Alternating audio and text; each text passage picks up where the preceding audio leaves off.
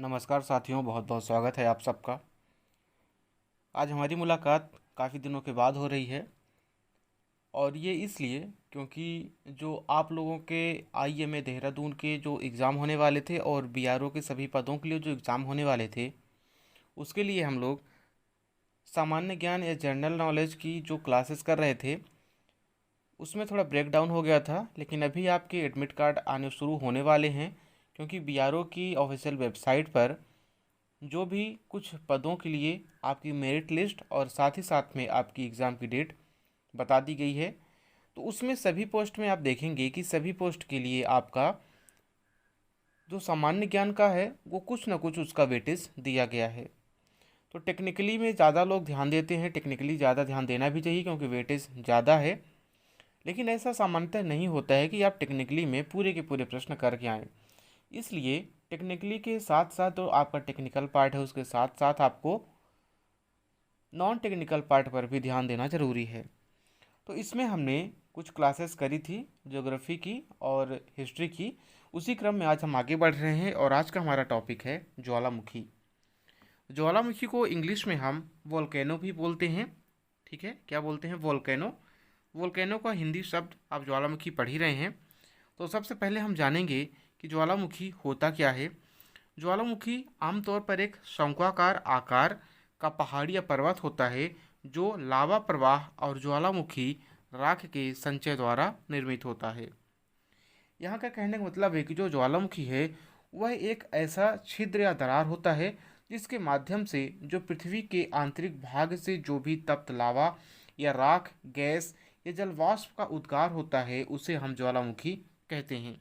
यहाँ प्रश्न भी पूछा जा सकता है कि ज्वालामुखी से कौन कौन सी चीज़ें निकलती हैं। तो सामान्यतः हम बोलते हैं तप्त लावा, राख और गैस निकलती है, लेकिन साथ ही साथ में जलवाष्प भी ज्वालामुखी से निकलते हैं और वह एक शंक्वाकार पहाड़ी के जैसा एक आकृति होती है जहाँ से जिस दरार से या छिद्र से ज्वालामुखी का उद्गार होता है। पृथ्वी के जो आंतरिक भाग में मैग्मा और गैस के उत्पन्न होने से लेकर जो धरातल के नीचे व ऊपर के जो लावा उत्पन्न होने तक शीतल व ठोस होने की समस्त क्रिया को ज्वालामुखी कहते हैं। यानी कि आपके जो पृथ्वी के आंतरिक भाग में जो भी मैग्मा बनता है उसके विस्फोट से लेकर जो यहाँ पर आपकी बाहरी सतह पर या कुछ जो उसका मैग्मा है वह उसकी पृथ्वी की दरारों में जमने से लेकर ये सारी की सारी क्रिया ज्वालामुखी के अंदर आती है।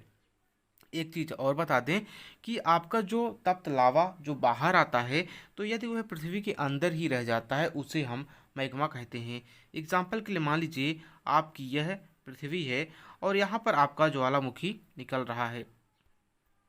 तो यहाँ पर मान लीजिए कि यहाँ पर ऐसे कुछ पृथ्वी की दरारें बनी हुई हैं और यहाँ से आपका निकल रहा है। तो जब आपका जो तप्त पदार्थ है या जो पिघला हुआ पदार्थ है अगर इन दरारों में आकर जम जाता है तो इन्हें हम मैग्मा कहते हैं। क्या बोलते हैं? इन्हें हम मैग्मा कहते हैं। और यदि यही मैग्मा धरा यहाँ से आंतरिक से निकलकर धरातल पर बिखर कर और यहाँ पर शीतल पड़ता है तब हम इसे लावा बोलते हैं। ठीक है, ये दोनों चीज़ें एक ही हैं, लेकिन अगर पृथ्वी के आंतरिक भागों में जमेगी तो उसे मैग्मा और बाहरी भागों में जमेगी तो उसे हम लावा कहते हैं। अब यह जो ज्वालामुखी होती है यह प्लेट सबस्टेक्शन या प्लेट टेक्टोनिक क्षेत्र और मध्य महासागरीय कटक के नज़दीक पाए जाते हैं। और जो सबसे ज़्यादा ज्वालामुखी पाए जाते हैं वह हिंद महासागर के आसपास में पाए जाते हैं।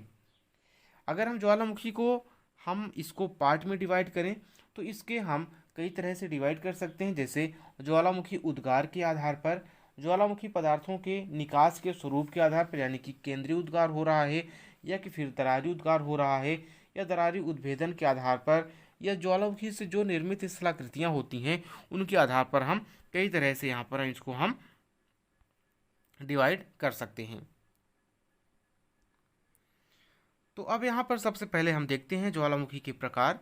अगर हम ज्वालामुखी के प्रकार की बात करें तो यहाँ पर ज्वालामुखी को 5 प्रकारों में विभाजित किया जाता है, जिसमें से ज्वालामुखी के दौरान बनने वाली भू आकृति, मैग्मा की संरचना यानी कि केंद्रीय उद्गार या कि फिर दरारी उद्गार, प्रस्फुटन की विस्फोटकता और अन्य आधारों पर आधारित होती है। ज्वालामुखी के सबसे कम विस्फोट रूप को बेसाल्ट पदार्थ कहते हैं। और इस ज्वालामुखी के उद्भेदन से या इस ज्वालामुखी के लावा से बनने वाला जो विश्व का सबसे बड़ा पठार है वह दक्कन का पठार है। ठीक है, यहाँ पर और इस ज्वालामुखी उद्भेदन के बाद बनने वाले जो भी स्थलाकृतियाँ या पठार होती है उसे हम बेसाल्ट पठार के नाम से जानते हैं। अब यहाँ पर आगे हम देखते हैं, यहाँ पर बताया गया है सिंडर। सिंडर क्या होता है? तो सिंडर यह एक शंकु की या ज्वालामुखी के दौरान बनने वाला एक शंक्वाकार क्षेत्र होता है या शंक्वाकार आकृति होती है। इसकी ऊंचाई ज़्यादा नहीं होती है और इनका निर्माण ज्वालामुखी से निकली राख और विखंडित पदार्थों से होता है। इस प्रकार के शंकु का झुकाव अवतल होता है, यानी कि इनमें जो क्रेटर अधिक चौड़ा बनता है। अब यहाँ पर एक बात आई क्रेटर, तो क्रेटर क्या होता है? जब ज्वालामुखी उद्गार के बाद में वहाँ पर जैसे मान लीजिए यहाँ पर ज्वालामुखी उद्गार हुआ, यहाँ पर कुछ इस तरह की आकृति बन जाती है। ठीक है, यहाँ पर इस तरह की कुछ आकृति बन जाती है क्योंकि यहीं से आपके जो लावा है वो निकलता है। तो इन लावा यहाँ इस आकृति में जब किसी तरह से पानी का भराव हो जाता है, वर्षा जल या किसी अन्य तरह से पानी भर जाता है, तो इस आकृति को हम क्रेटर कहते हैं। ठीक है, तो जो सिंडर होता है उसमें क्रेटर का जो निर्माण होता है वो ज़्यादा बड़ा होता है। मिश्रित ज्वालामुखी का निर्माण क्रमिक रूप से लावा के प्रवाह या ज्वालामुखी एवं राख और धूल के जमा होने से बनता है। अधिक ग्रेनाइट युक्त मैग्मा सापेक्षिक रूप से अधिक जलवाष्प युक्त होने के कारण अधिक विस्फोटक होता है। यहाँ पर कुछ आपके पूछे जा सकते हैं कि भारत का जो ज्वालामुखी है वो कौन सा है। तो अगर हम भारत के ज्वालामुखी के बारे में बात करें तो यहाँ पर भारत का जो सक्रिय ज्वालामुखी है वो अंडमान निकोबार द्वीप में बैरन द्वीप है। कहाँ पर? अंडमान निकोबार द्वीप में बैरन द्वीप है। यह एक सक्रिय ज्वालामुखी होता है।